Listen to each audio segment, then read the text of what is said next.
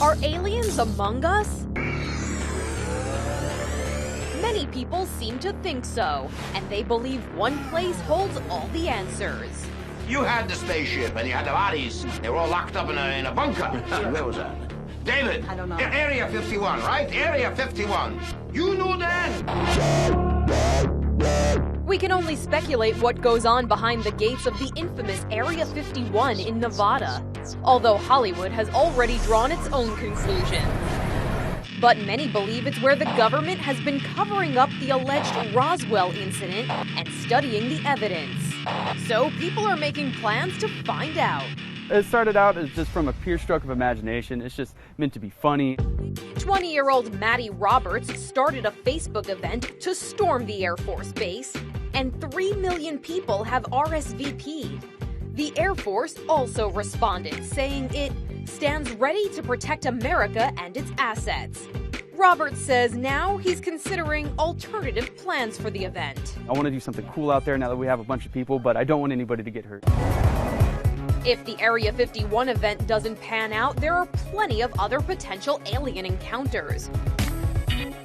For some, sightings of mysterious flying objects are automatically assumed to be alien spacecraft.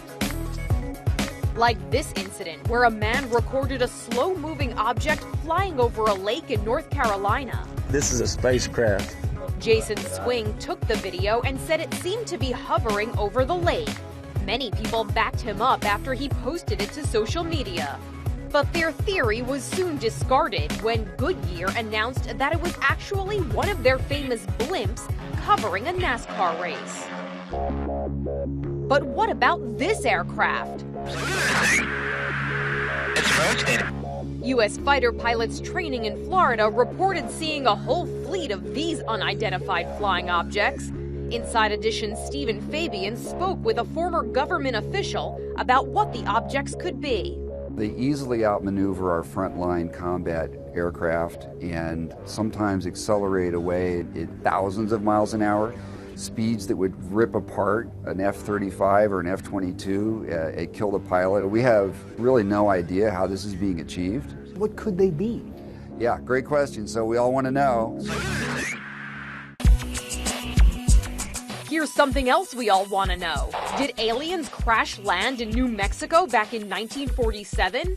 Something crashed. Evidence shows that probably it was an extraterrestrial craft. It's a mystery that still lingers today, with few answers from the government. Lieutenant Walter Hott was public relations officer for the Roswell Army Airfield at the time of the incident. Put out a press release that we have in our possession a flying saucer. Phones were ringing as if the world was coming to an end. Everybody wanted to know all the details about this flying disc that we had in our possession. The military later backtracked, saying what they recorded was a hot air balloon. But that didn't stop people in the town from talking about their own experiences that night. A mortician in the town says he was summoned to the airbase on the night of the crash by a nurse. She screamed, said, "Glenn, get out of here as fast as you can." Glenn Dennis's conversations with the nurse were dramatized in the TV movie Roswell. I saw the bodies. What bodies? They were fetus-shaped. Dennis went on to co-found the International UFO Museum in Roswell, where alien enthusiasts flock to get information about their lingering questions. The major draw of this museum is the mystery. Everyone loves the mystery, and this is one of the biggest mysteries in our history of the world. After decades of denial from the government, it doesn't seem like officials are going to crack anytime soon. In the meantime, believers will be keeping their eyes on the sky, hoping to spot potential visitors. For InsideEdition.com, I'm Mara Montalbano. Is there something out there? 2/3 of all Americans believe there are other life forms in the universe. And maybe that's why this has made social media go crazy. A light streak was seen in the sky, followed by people who called 911 saying they saw giant figures in their backyard. So what's going on? It began with a mysterious fireball falling from the sky, caught on a cop's body cam. It landed with a crash. Within minutes, the calls came into 911. Las Vegas cops were nervous as they approached. I have butterflies, bro. These people say there's aliens in their backyard. It was like a big creature. A big creature? Yeah, like around 10 feet tall. Cops took the call seriously. They started canvassing the neighborhood. This might sound like a really dumb question, but did you guys see anything fall out of the sky? Science writer Mick West has another explanation for those giant aliens with big eyes. A raccoon, which has very big black eyes, could be on top of the fence, and someone could mistake that in the darkness as an alien being with giant eyes, or something like a coyote jumping over the fence. The reports are an echo of those campy 50s sci-fi movies about alien invaders. Las Vegas police have officially closed the case as unfounded, but still, cops aren't eager to return to that house. If those 9-foot beings come back, don't call us, all right? Deal with it yourself. The Pentagon says UFO sightings have been on the rise lately. They are currently looking into 650 incidents, but have found no proof of any aliens yet. We have tackled many strange stories on 60 Minutes, but perhaps none like this. Notice the graphic, UAP. That stands for Unidentified Aerial Phenomena, better known as UFOs. This 60 Minutes report yesterday was unbelievable. The report focused on this extraordinary UFO sighting off Florida in 2015. My gosh. Look at that thing, dude. The UFO phenomenon has been around for more than 70 years and has become something of a joke. But Luis Elizondo, a former member of a secret Pentagon task force on unidentified aerial phenomena, tells 60 Minutes the government has been covering up the truth until now. What you're telling me is that UFOs, unidentified flying objects, are real. I'm not telling you that. The United States government is telling you that. In 2004, U.S. Navy pilots were sent to pursue a UFO spotted on radar about 100 miles off the coast of San Diego. It was about the size of a fighter plane, but traveling many times faster than the speed of sound. Two of those pilots spoke out for the first time about what they saw. And we saw this little white tic-tac looking object and just turns abruptly and starts mirroring me. So as I'm coming down, it starts coming up. So it's mimicking your moves. Yeah, it was aware we were there. It was traveling so fast, it just disappeared off the radar screen. If I saw this solo, I don't know that I would have come back and said anything because it sounds so crazy when I say it. What are these things? Acclaimed physicist Michio Kaku says the 60 Minutes report is just the latest sign that UFOs are finally being taken seriously. Have things dramatically changed because of this footage? This is a game changer. We have to keep our minds open to the possibility that this could be extraterrestrial. We cannot rule it out. So there really may be something out there after all. Are these proof of extraterrestrial life? The alleged remains of non-human beings were displayed in Mexico during its first congressional hearing on UFOs. These beings were reportedly found in Peru in 2017 and are said to be at least 700 years old. This is the first time it is presented in such a form, and I think there is a clear demonstration that we are dealing with non-human specimens that are not related to any other species in our world, and that any scientific institution can investigate it. The hearings are being conducted to decide on an aerial space protection law. If passed, it would reportedly make Mexico the first country in the world to acknowledge aliens on this planet. It's a moment some space enthusiasts have been waiting for. Recognizing the need for action and answers, I founded Americans for Safe Aerospace. We believe that UAP represent an urgent priority for both aerospace safety and scientific inquiry. And while these particular specimens may not be especially convincing, it could be the beginning of worldwide acceptance of life beyond Earth. It's the video that's making even skeptics do a double take. The video was shot by U.S. fighter pilots on a training mission off the coast of Jacksonville, Florida. Pilots reported seeing mysterious objects that could reach hypersonic speeds, 5 times the speed of sound, and still turn on a dime. There's a whole fleet of them. Oh my gosh. Even the New York Times is taking the UFO sighting seriously. Wow, what is that? Navy pilots report unexplained flying objects. Now, the video is part of a 6-part History Channel series, Unidentified, Inside America's UFO Investigation. It's utterly baffling, actually. I spoke to no less an authority than Christopher Mellon, former Deputy Assistant Secretary of Defense for Intelligence. You're seeing them, turn on a dime, accelerate quickly?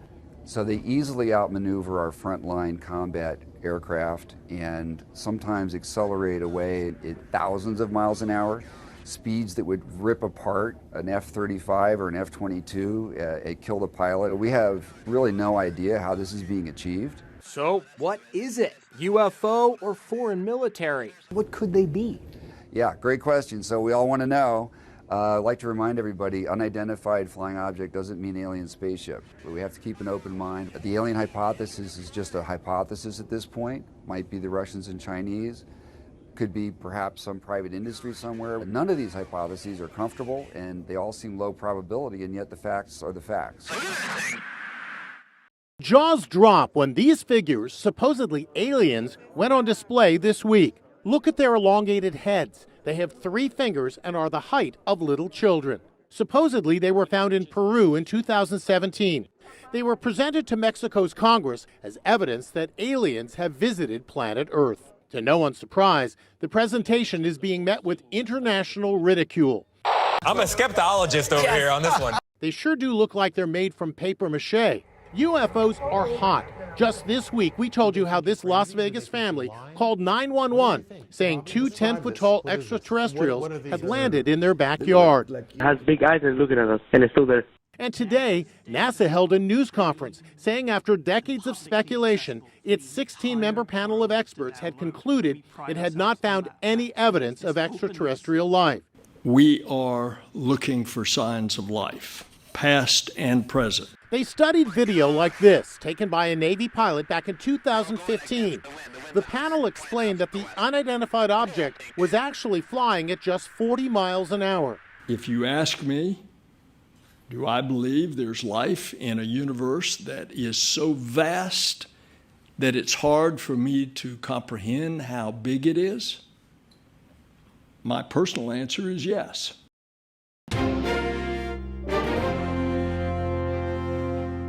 Now, how did you get yourself into this jam? A pair of cops from Ohio's Perkins Township Police Department happened to be right where a mischievous raccoon needed them to be so they could help free it. Bandit the raccoon, as the department called it, scurried up to the officers with its head stuck in a jar. How did Bandit know it was surrounded? Carefully, Officer McDermott removed the jar without his gloves. Seemingly knowing Bandit looks like it's in custody, immediately takes off, staying true to its name. It's the story that's gathered worldwide attention. Did aliens land in the backyard of this Las Vegas home? Recently, we told you about that spooky situation in Las Vegas when a flash in the sky was captured on video.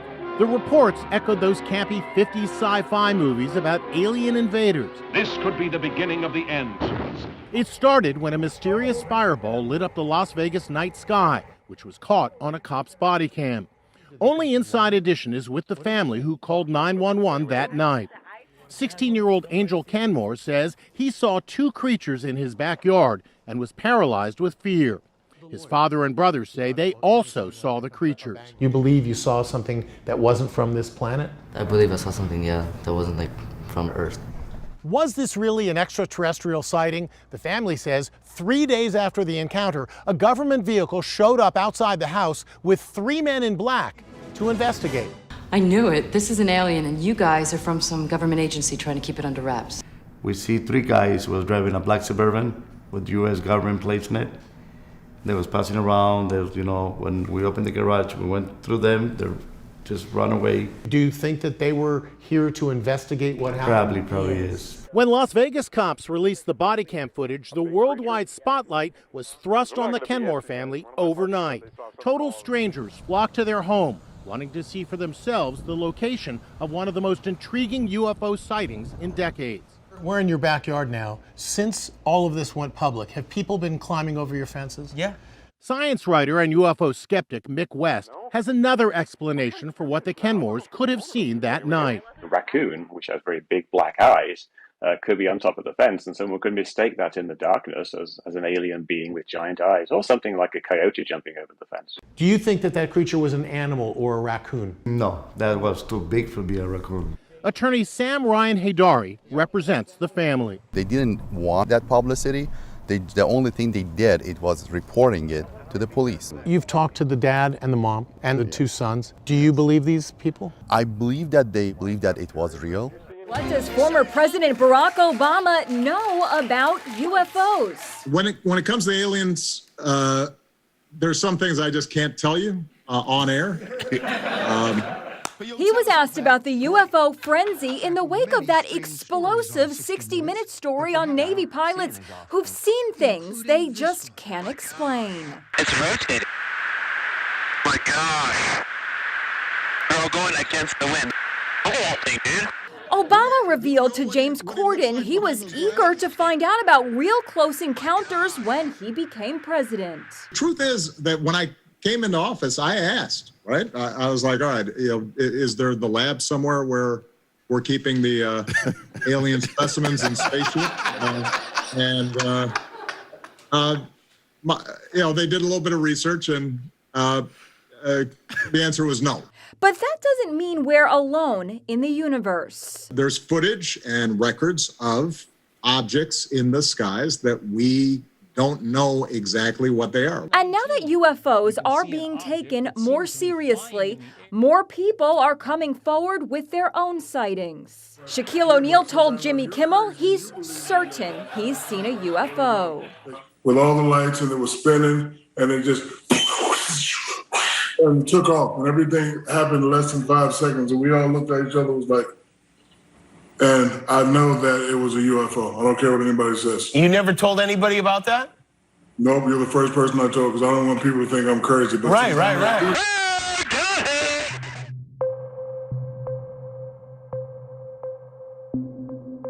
I'm what people call a lifetime contactee. This has been happening since I can remember. We're here because a group of, we'll call them like-minded individuals that have had alien abduction experiences get together once a year. This is free will. We're on a mission from God. We basically have our own little meeting and gathering, and we share our experiences, both past and recent. We've all been taking broad daylight. Yeah. Broad daylight. We're going to have the haters. You're going to have the disbelievers. It's basically a support group. I used to beg my parents, don't put me to bed. The bald men are going to get me. I called them the bald men because I was dealing with the typical, like, the movie aliens, the grays. I have, I want to call it a gray, but she's not gray. It's a female. She calls herself Mucky. I met her in Rhode Island when I lived in Rhode Island.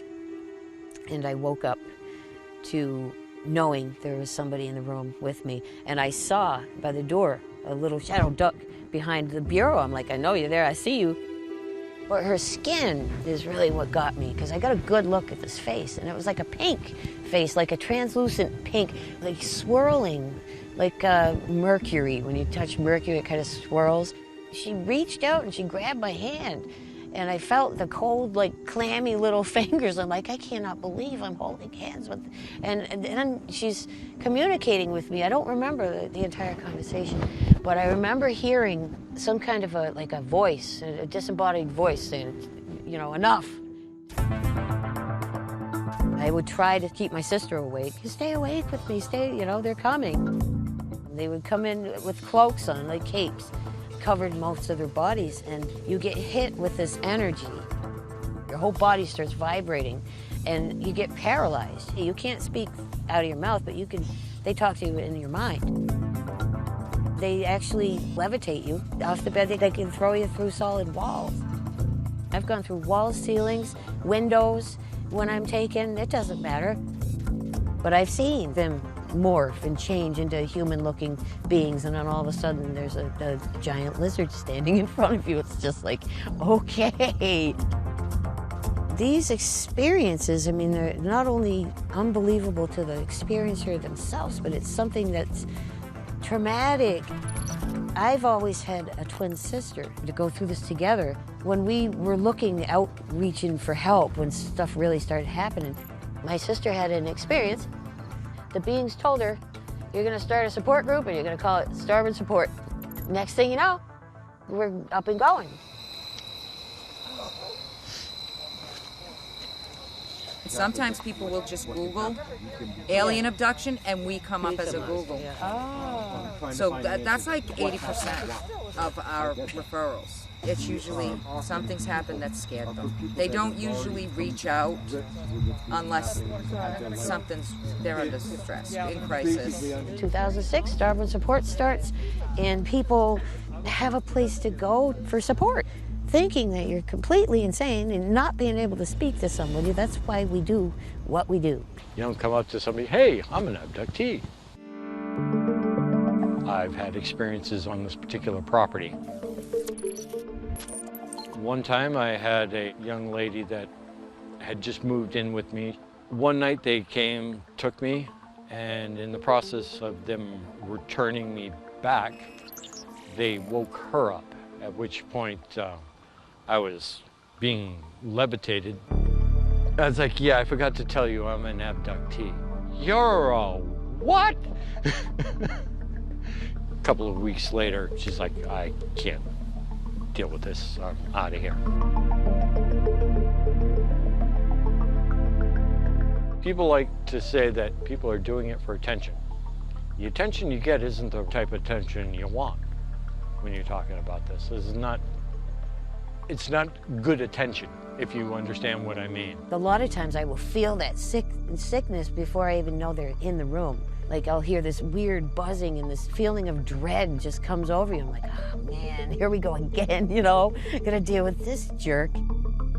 PTSD is very rampant. And the way that you feel when you're around these negative beings, it's like, you feel like death. I think because the experience itself is traumatic, and people not understanding or accepting them, they had nobody really to turn to. That's kind of like why this thing all got started. They know that there are others out there that are going through this, and there's a place where they can go and be accepted.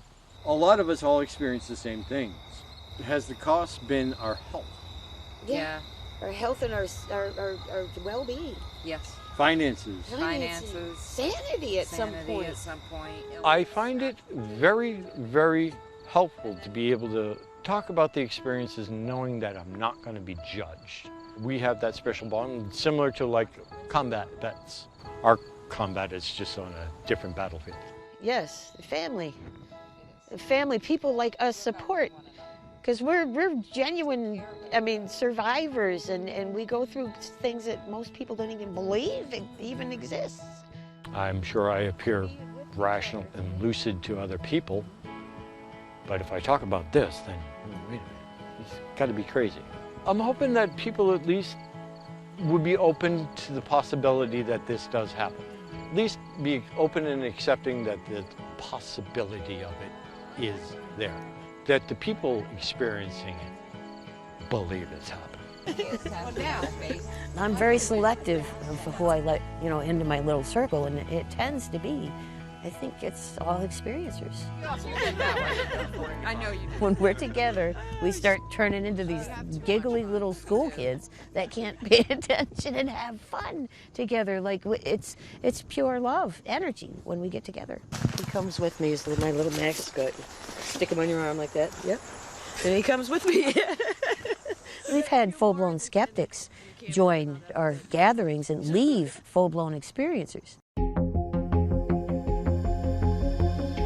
When we get together, we do what's called a CE5, Close Encounter of the Fifth Kind. And we look at the sky and we ask our friends up there that are up there if they would, show themselves or do something and communicate with us. When we're ready, we can go down to the beach and just start doing the sky watch if you want. The sky is lit up. It's things you can't explain, like giant flashes or, just crafts that go and stop, and then they go down, and then they go, and mystery lights is showing up everywhere. What's going on? It was when you checked. It's down one. It's not full anymore. Yeah. Okay. They tend to drain batteries from phones and cameras. Like I said, bring extra batteries when you come. I think the audio is breaking up a little bit. He's got a mic underneath his shirt, and Daniel here isn't quite sure. I don't know if he's experienced this before. I have. So that's just laughing. That's the best part. Oh, you're going to have nothing but technical glitches this whole thing. Like this particular watch. This is the only kind of watch I can wear. No other watch works. It stops. Same thing with cell phones. I burn through cell phones, anything electronic. They'll shut every phone down. If they don't want it filmed, they're going to stop it being filmed, and something extraordinary will happen that you can't explain. There's thousands of us, if not millions of us around, and we cannot all be, having this mass delusion. No. We know we're walking into 9 times out of 10. This is free will. I'm ready, but be careful what you wish for. I think people like me are chosen to be speakers for the truth.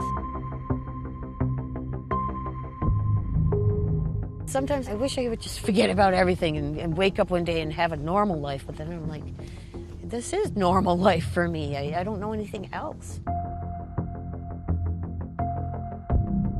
We can't be the only ones in this galaxy, this one little planet. I don't know the purpose or what is going to happen, but it's going to be something big.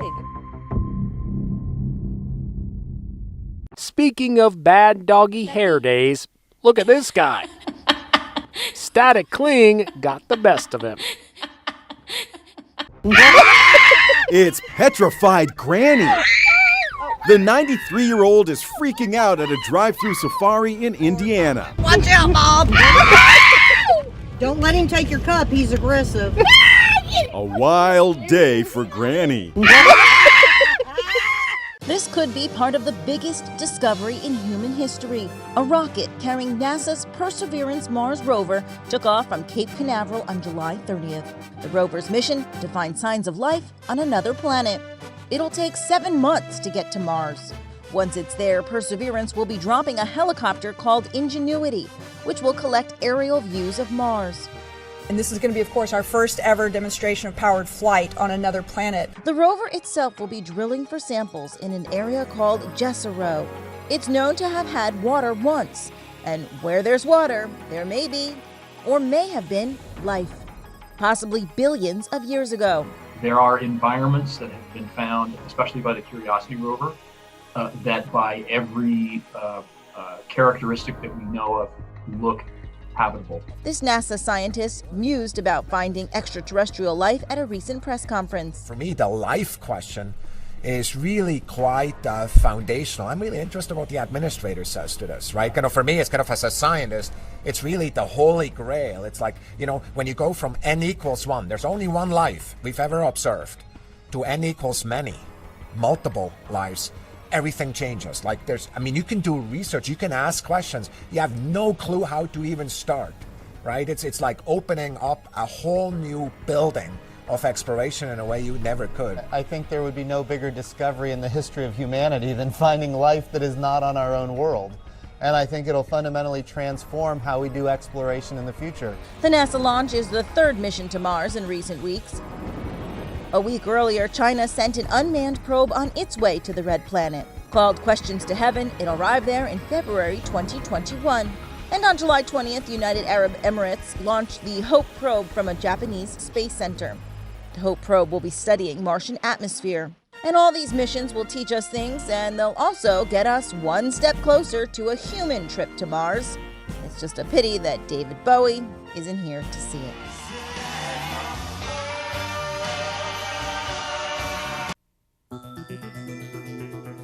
It's been called the final frontier. but for the cremated remains of 24 people who dreamed of traveling to space, including Star Trek creator Gene Roddenberry and the LSD prophet Timothy Leary, it's even more than that. It's their destiny. Gene was in love with space, I mean, with the future. Timothy pointed to me and said, I want you to get me into space.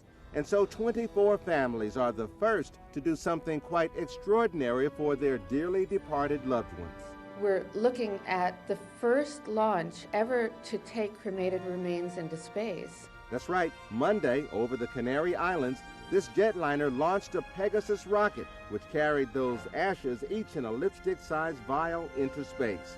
Something this mission's promoters hope will become a new commercial venture. We're right now taking contracts for our next mission. The late Gene Roddenberry is the most famous passenger aboard. His widow, Majel, explains why she took this step. He would have given anything to have been able just once to, take that trip or go up into space. We have ignition and liftoff of Atlanta. Like Roddenberry, all of the others wanted to travel to space while they were alive. Now, for $4,800, their families made dreams of space come true. My father was an astronaut. He was a dreamer. And, today his dreams are being realized. Gerald Conte's son Rod and his sister Sandra Scala sent their dad into the atmosphere. I know when I look up, I know that my father's on one of those stars looking down, saying, I told all of you, I can do it. For the Harvard professor who searched for new galaxies within the human mind, Timothy Leary's friend of 30 years, Carol Rosin, got him into space. He's always wanted to travel in the circle of space pioneers, and there's space pioneers on this, and that made him really happy too. Not everyone on this flight was famous. Omer Lampkin ran a supply company in Kentucky. He traveled the world on vacations, but always wanted space to be his final destination. Paula Lampkin is his daughter. This morning, at the airport, watching the Stargazer leave with the Pegasus on it,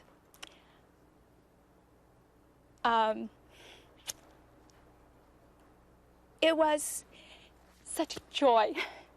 And if he gets to go up there for one complete orbit, that's all I ask. But Chan Tyser, president of Celestis, expects the rocket to be in space much longer than that. We'll orbit the Earth roughly every 90 minutes, and that orbit should last for about 6 years. And with an ending that only Gene Roddenberry could write, Chan Tyser says the rocket will disintegrate into a ball of fire and streak across the sky like a shooting star. This Celestis launch makes it possible for all of us to see as the re-entry takes place, when the burn-up of this rocket occurs, that we are the light. And that was Timothy's message.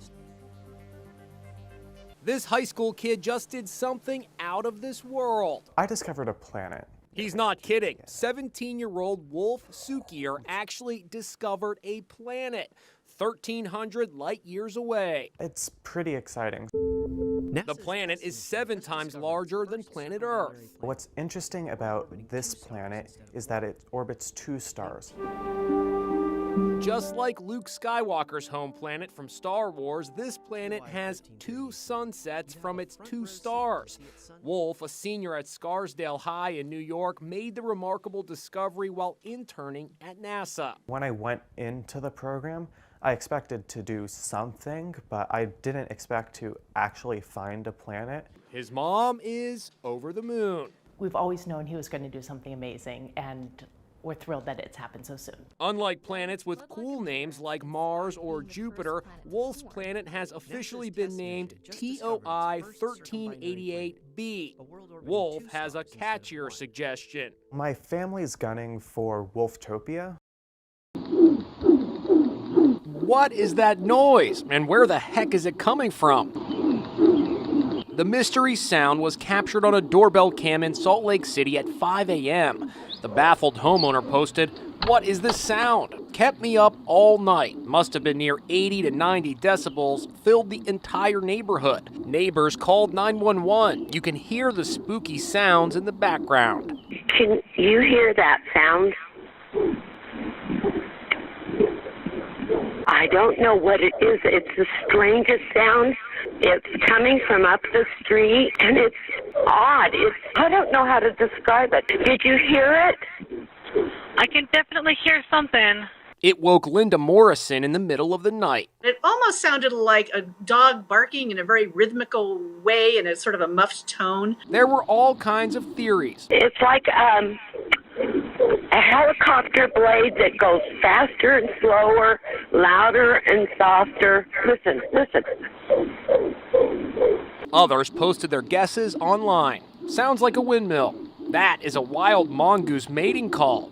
You're about to be abducted. Now the mystery has been solved. Police say the noise is coming from intense winds blowing into a slackline like this. A slackline is a thin piece of nylon that's used like a tightrope. Sometimes they can catch the wind and create quite the strange sound. Can you hear that sound? No one said being a potter was easy. Whoa, whoa, whoa! What the f? Just ask this craftsperson, whose shirt accidentally became part of her clay creation. Okay. This might be a good time to start a new pot and get a new shirt. Liquid water has been found on Mars. NASA scientists have announced the stunning discovery of water on Mars, essential for life as we know it. The historic announcement is fueling Mars mania. The red planet has been the subject of endless fascination. Everything from Mission to Mars, Total Recall, War of the Worlds, and the spoof Mars Attacks. NASA's announcement comes as a new movie about surviving on Mars, The Martian, starring Matt Damon, is about to be released. I never stop fighting to make it home. There are even people hoping to be the first humans to go to Mars, and they plan to never come back. 100 volunteers have been chosen to colonize Mars by Mars One, a private company that hopes to launch the expedition in 2026. 36-year-old Sonia Van Meter says she would say goodbye to her Earth family to go to Mars. I would not be doing this if I didn't have the absolute unrelenting support of my husband and my children and the rest of my family. Skeptics say the Mars One project is a stunt that has zero chance of success. But today's stunning announcement is the real thing. This is tremendously exciting. Todd and Nicole were expecting a little bundle of joy, so they planned a photo shoot in a pumpkin patch to celebrate. It was all so picturesque until things got weird and weirder. And oh, that's an alien baby. I wanted to take the viewer on a bit of a meandering trail through a Halloween photo shoot. The British Columbia couple recreated this classic scene from the 1979 sci-fi thriller Alien. In the film, John Hurts' character gives birth, in a way, to a baby alien. While things didn't go so well for him, Todd and Nicole made peace with their alien spawn. The feedback that we've gotten is that people's favorite image is me when I first start chasing our baby, because that's when it turns from horror to lighthearted comedy. The little xenomorph named Burston even has its own Instagram account. Todd says the grisly photos were as fun to take as they are to look at. We were just laying there in the field, laughing and just hoping to heck that the farmhands didn't drive by to see two people splattered in blood with a photographer leaning over them. It could have been awkward. And he says there's a moral to this story too. The underlying message is we just gotta love our kids no matter how they come out, right? Something tells us Todd and Nicole's actual baby will be in good, if a little offbeat, hands. Remember that you're standing on a planet that's evolving, and revolving at 900 miles an hour. That's orbiting at 19 miles a second, so it's reckoned. The sun that is the source of all our power. Famed physicist and cosmologist Stephen Hawking is taking a break from science to sing and star in a Monty Python music video. Stephen sings in his signature computerized voice the Galaxy song from the Monty Python 1983 classic, The Meaning of Life. The sun and you and me and all the stars that we can see are moving at 1,000,000 miles a day. In an outer spiral arc at 400,000 miles an hour, in a galaxy we call the Milky Way. The scientist can be seen traveling through space, and the video also features some of the Monty Python live shows. Stephen Hawking has not only dabbled in music, but he's also made television appearances in Star Trek The Next Generation, The Simpsons, and The Big Bang Theory. We love seeing this music video, and it is available to download from iTunes. So remember, when you're feeling very small and insecure, how amazingly unlikely is your birth. And pray that there's intelligent life somewhere out in space, 'cause there's bugger all down here on Earth.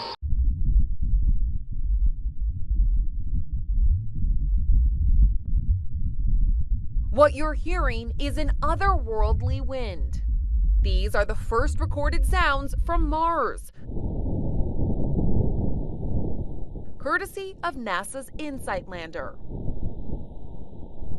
InSight's seismometer and air pressure sensor detected the vibrations from the Martian wind earlier this month. The lander's sensors indicate the winds were blowing at speeds of 10 to 15 miles per hour. Because the readings are difficult to hear without sonic enhancement, NASA pitched up the audio by 2 octaves to make them audible. Touchdown confirmed. InSight landed on Mars on November 26th to great excitement. The unmanned craft has been sending back a steady stream of data from the planet. The first image it sent back was a little smudgy. Those specks are dust on the camera lens. This selfie shows the craft's solar panels open and collecting sunlight to recharge its batteries. The science of this literally is groundbreaking for InSight. We have a probe that's going to go hopefully 16 feet into Mars. First time we've done anything other than scratch the surface. InSight from InSight may pave the way for people to travel to Mars. So what we're going to learn is ultimately how safe is Mars for human activity, and where is it safe, and when is it safe. But until that day, we have these haunting sights and sounds.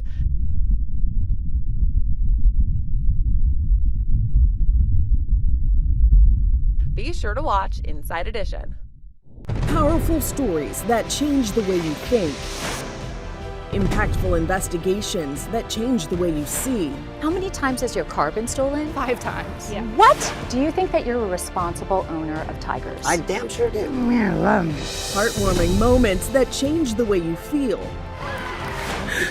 Amazing. Now available in a place that changes the way you watch TV. Inside Edition, streaming. You're looking at the very first images from NASA's James Webb Space Telescope from the farthest corners of the universe we know of, more than 13 billion light years away. President Biden released the first images Monday. It was just the tip of the iceberg. The pictures include Stephan's quintet. It's part of a larger constellation, Pegasus, revealing 5 galaxies 290 million light years away, a NASA scientist told CBS News. This is a view we've never ever had before. Previous observatories have hinted at these things, but we've never seen it in the kind of detail that Webb showed us today. Meet WASP 96b, a gas planet about the size of Saturn and the first ever spectrum of an exoplanet, showing the distinct signs of water. I've already been getting text messages of people trying to look for certain molecules and break down that spectrum. It was very exciting to see so much data in there already. This absolutely stunning visual is Carina Nebula, where stars are born about 7,600 light years away in the Milky Way. We see examples of bubbles and cavities and jets that are being blown out by these newborn stars. And at the other end of the spectrum, this photo shows the Southern Ring Nebula, an expanding gas cloud around a dying star about 2,500 light years away. Scientists say the Webb will help researchers explore the outermost boundaries of space to reveal some of the biggest mysteries known to mankind.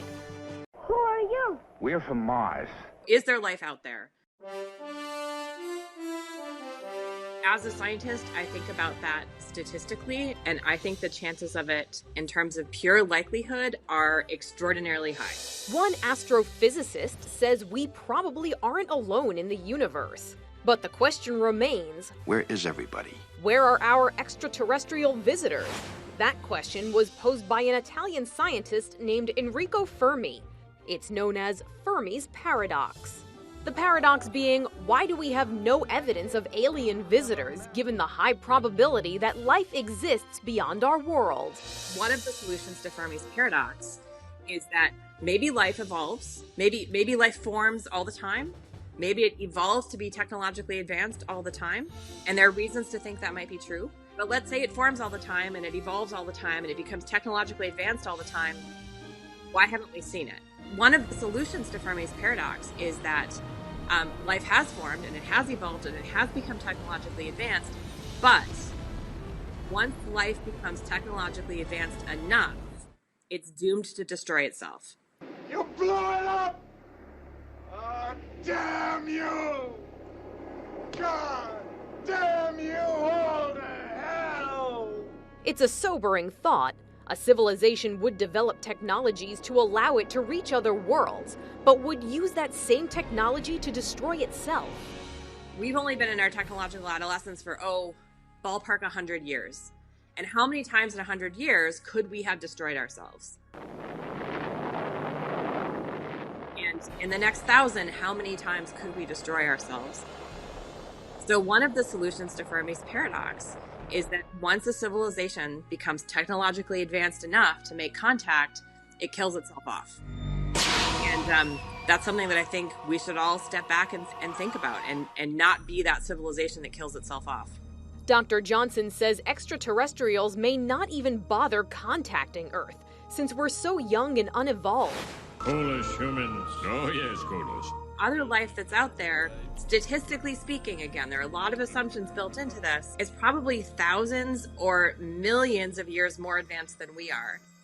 And that really makes you think, why would they come by for a visit?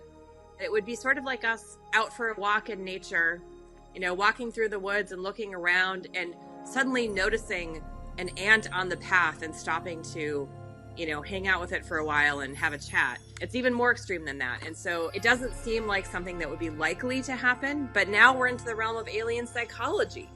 Approaching projected Earth orbit. But the hope that we may someday make contact remains. Dr. Johnson acknowledges that the recent press about the government site Area 51 in part reflects that hope, though she cautions against magical thinking. What might they be hiding there that they don't want people to see, and what are the most likely explanations? So could it be ET life? Well, I can't rule that out. I haven't been there. I don't have top secret clearance. Could it be angels? Could it be flying unicorns? Could it be advanced technology that they don't want to get leaked? And as for the people who want to storm Area 51 in search of alien life? I feel like storming Area 51 is maybe not the best path forward. I love that people are curious, and that curiosity is fundamentally, I think, what we need to drive progress and drive our society forward. I just don't want people to get killed. Ever looked up and wondered, what is that? An unusual formation in the sky had people in Turkey asking the same thing. On January 19th, the heavens above Turkey's western Bursa province had residents pointing their phones and cameras skyward. What were they looking at? A cloud.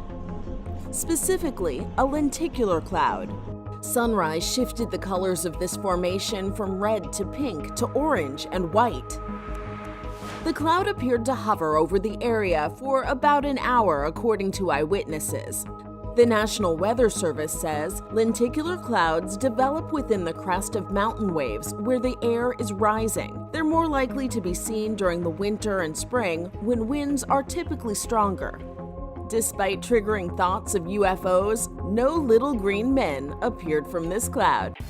Scientists announced this week that they may have found evidence of life on Venus. I was just stunned. I mean, I did this as an interesting experiment. I'd never really thought about detecting it. It's a big deal, but according to the project's lead researcher, we're talking, if they're there, I think probably single-celled organisms, but they'd probably be pretty different to something on Earth. Specifically, the international team found the presence of phosphine gas on Venus.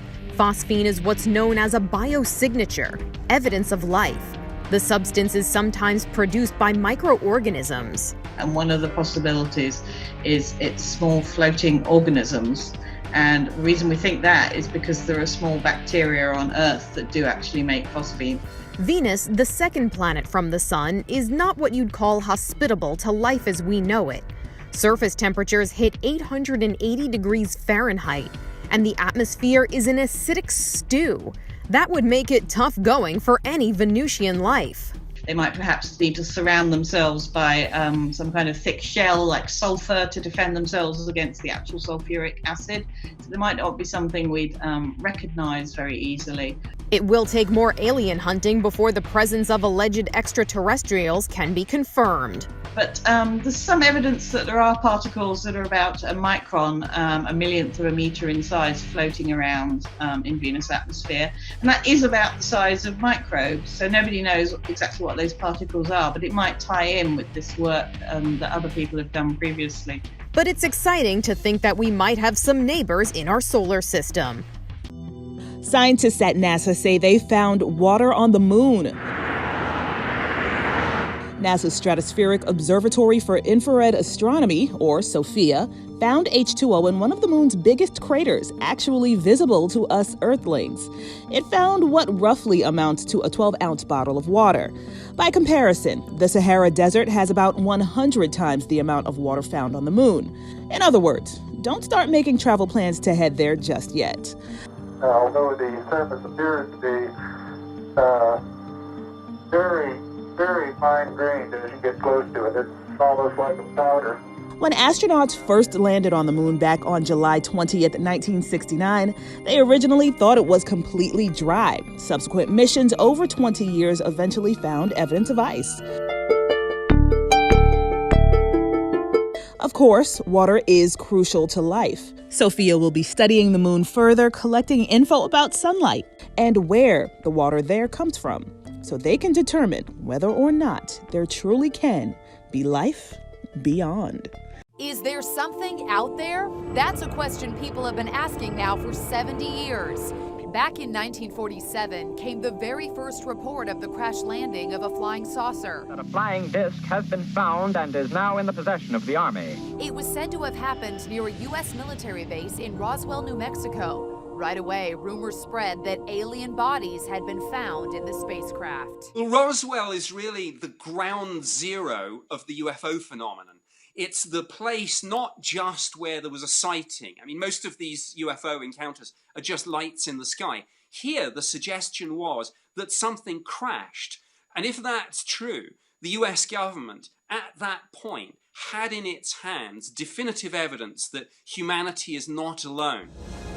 No one could have predicted that that first mysterious Roswell report would spark a pop culture phenomenon with UFOs that has gone on now for 7 decades. That thing that you found in New Mexico. Dad, what was that? Not the spaceship. What was that? Roswell, New Mexico. From the blockbuster film Independence Day to the TV series Roswell and a 2-part X-Files episode. In 1995, the Roswell incident was back in the headlines when Alien Autopsy, Fact or Fiction, aired on network television. It showed what was said to be military doctors performing an autopsy on an alien corpse recovered from the Roswell crash in 1947. The footage was later exposed as a hoax. That so-called alien, it was sculpted out of clay. Even former President Bill Clinton wonders what really happened at Roswell. Was there a cover-up? In 2014, he revealed on Jimmy Kimmel that as president, he demanded to be briefed on claims of a close encounter at Roswell. If you saw that there were aliens there, would you tell us? Yeah. You would? And the fascination continues with a new documentary series, UFOs, Uncovering the Truth, airing Saturday night on Destination America. UFO expert Nick Pope is featured on the show. What's fascinating about Roswell is the fact that it is not just a UFO story. It is now firmly part of American pop culture. It's the doorbell camera video that's raising a lot of questions today. A man walks out of a house, and in an instant, it looks like he's beamed up to outer space. Now the guy in the video is coming to Inside Edition to tell us what's really going on.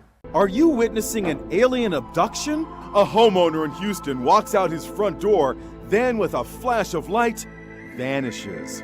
It appears he's beamed up to outer space. Look again. So, did the man really go missing? Were you abducted? I made sure that, I got back home for dinner. Where were you? I can't talk about it right now, so... All joking aside, Larry Lewis explains what's really behind this eerie video. I think it got caught up in the recording, and for whatever in the loop got stuck. So it stopped recording, and you had walked out of frame, and it looked like you disappeared. Right. Mystery solved. It's the creepy video that freaked everyone out. I'm honestly just kind of scared. The creature was captured back in June on a motion sensor camera outside a home in La Junta, Colorado. Definitely not human, wrote one mystified observer. Lots of people think it looked like Dobby, the beloved elf from the Harry Potter movies. Dobby is free. Another theory? It's a skinny kid wearing underwear on his head. It's a little creepy to be in the driveway after watching this video. We're here right now. Vivian Gomez owns the house where the video was shot. And this is Bobby, her 9-year-old son. He's about the same height as the creature in the video. So, could Bobby be Dobby? Bobby, was that you in the video? No. Are you sure? I'm sure. Definitely. He has an alibi, his mom. They say they were inside the house watching TV when the creature chicken danced down the driveway at 9 p.m. at night. Still, I was skeptical. You sure you don't dance with underwear on your head down the driveway at night? I'm sure. Our number one suspect is pointing the finger at his friend Montana, the proverbial girl next door. She does it better. No way it was me, says Montana. Who do you think it is? Bobby with underwear on his head. You think it's Bobby? There's only one way to settle this. I have some underwear to put on your head. Shall we? Sure. All right, let's see it. Here's Bobby doing the chicken dance on a night vision camera. And here he is, side by side with the creature. So, was it Bobby? Bobby, what do you say? I am not the one in the video. This guy is checking on his chickens. Suddenly, he's doubled over in laughter. What's so funny? It's his wife in an inflatable chicken costume. This grandpa's having a great day at the park. Surely those are his grandkids on the swing set. Look at them go! What fun! Wait, is that a tail? Are those floppy ears? Those aren't kids, they're dogs.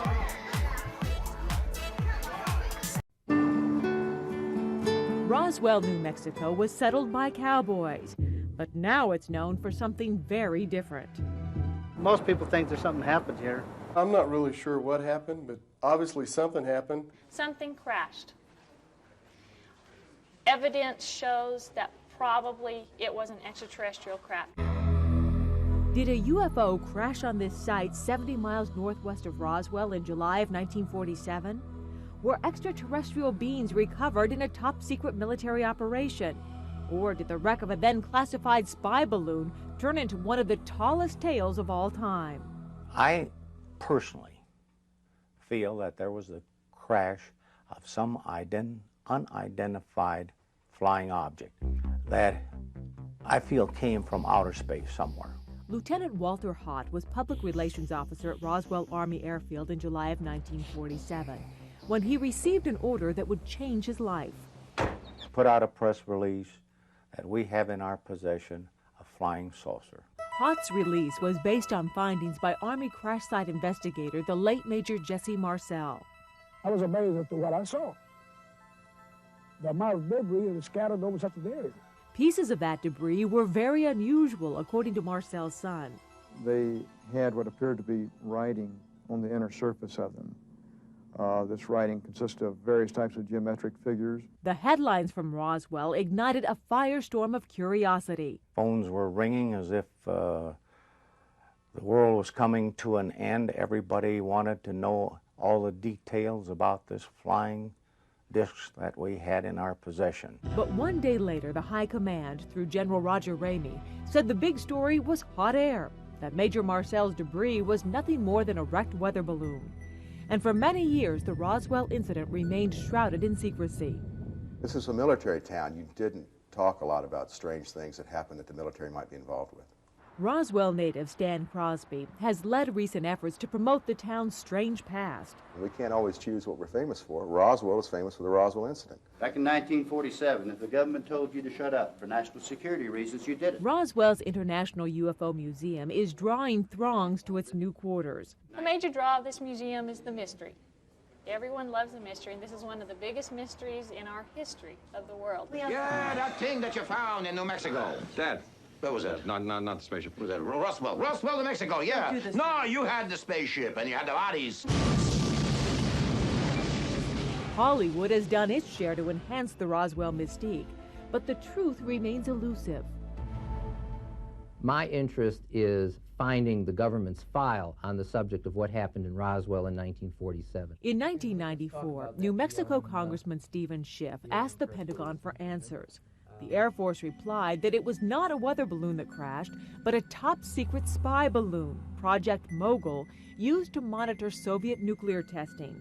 Air Force research did not locate or develop any information that the Roswell incident was a UFO event, nor any indication of a cover-up. UFO researchers like Roswell expert Stanton Friedman remain skeptical. It's a whitewash. It's a lie. It's a continuation of lies that various Air Force officers have been making about flying saucers since 1947. I know something happened out there. Summoned to the airbase on the night of the crash, retired Roswell mortician Glenn Dennis says he encountered a terrified nurse. She screamed, said, "Glenn, get out of here as fast as you can." The TV movie Roswell recreated what she told him later. I saw the bodies. What bodies? They were fetus-shaped. 4 fragile fingers with little, like, pads on the end. They only had 2 orifices for the nose. They didn't have a bridge or anything like us. They didn't have earlobes. They had 2 ear canals. The mouth was only like 1 inch. No teeth, no esophagus, and all that. 50 years later, Roswell is enjoying its bizarre notoriety. And that's okay with new Mayor Tom Jennings. It's been a real economic boom to our community.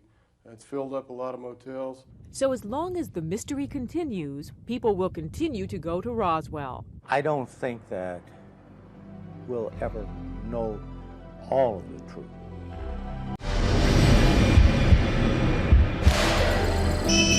October 1969.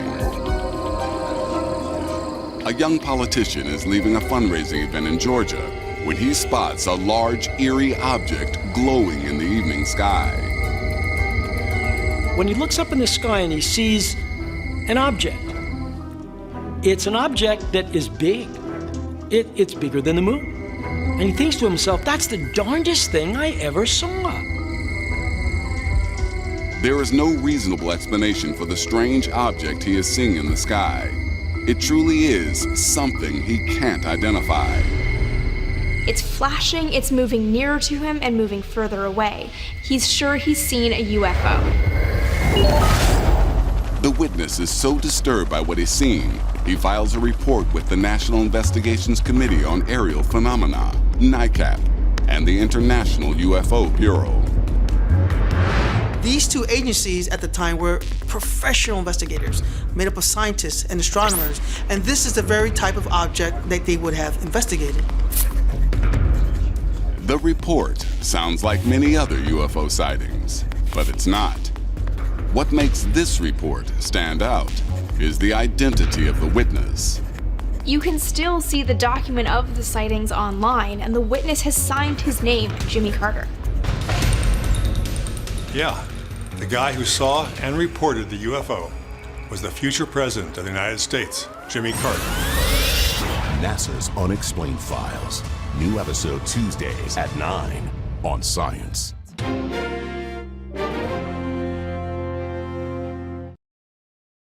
Powerful stories that change the way you think. Impactful investigations that change the way you see. How many times has your car been stolen? 5 times. Yeah. What? Do you think that you're a responsible owner of tigers? I damn sure do. Heartwarming moments that change the way you feel. Amazing. Now available in a place that changes the way you watch TV. Inside Edition, streaming.